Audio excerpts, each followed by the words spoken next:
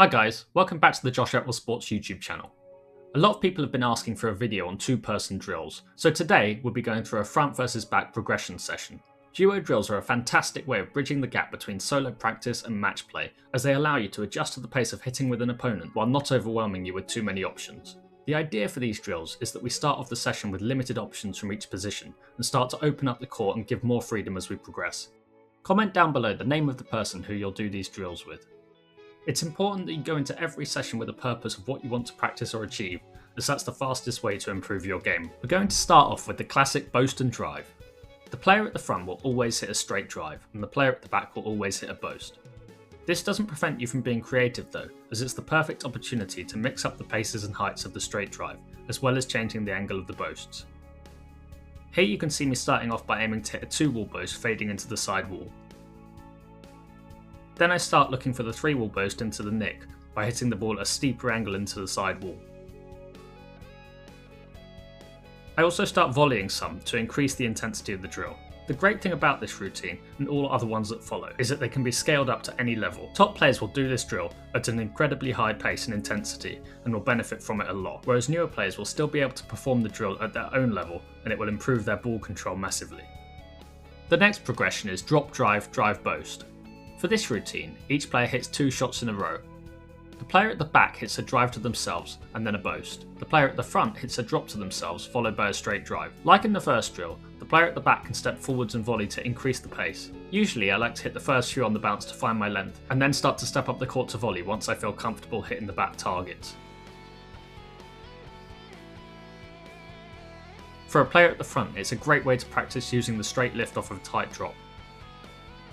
Once we've done this for a few minutes, we can do a hybrid of the first 2 drills by adding a choice of whether to hit 2 shots in a row or just a single shot. Unfortunately, I don't actually have any footage of this, so you'll just have to use your imagination.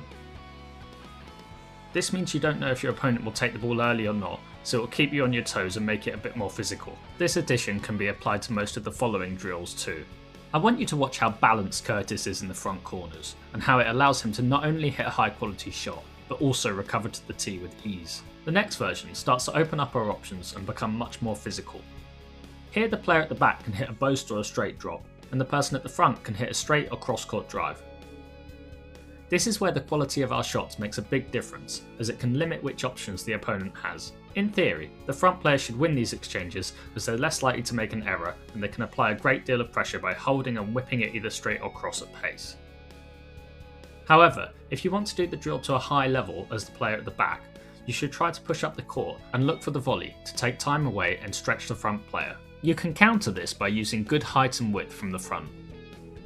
In this clip, you can see how Curtis is able to gain control from the back and start to stretch out the court. I am aware that I do look horrendously bad in some of these clips, to the point where I've been reluctant to use this footage for almost a year.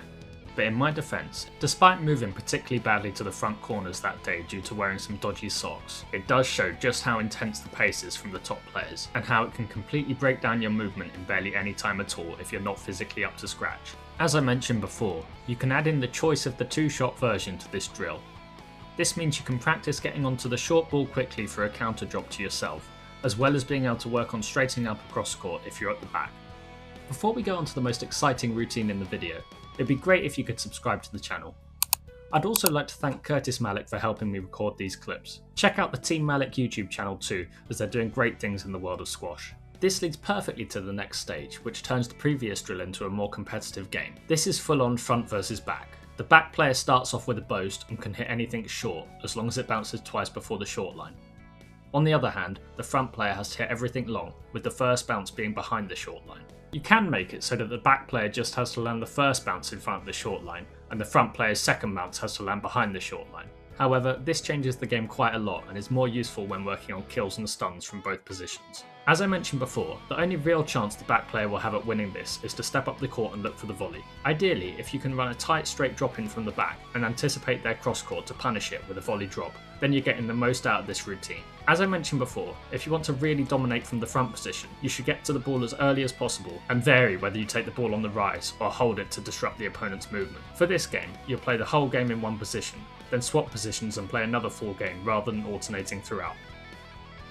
Another routine that extends from this one is a front versus back game, but you're not in a fixed position. Sadly, I don't have footage of this, but I'll try to explain clearly. This means that the player starting at the front won't necessarily be there for the whole rally. The way the positions are flipped are if the back player manages to volley the ball deep. Then the front player has to go to the back of the court to retrieve the ball and then becomes the back player. This gives a clear incentive for the back player to get onto the volley and to gain the advantageous front position. I find that it's better if the winner of each point starts at the back to encourage close games and not let one player run away with it. Once you've finished all this, you can open it up fully and play normal squash to end the session. Hopefully you'll be able to implement the things you've been practicing in these drills. For example, using the tight straight drop into picking off the weak cross court. Thanks for watching guys. Make sure you like the video and subscribe to the channel for more content like this. See ya!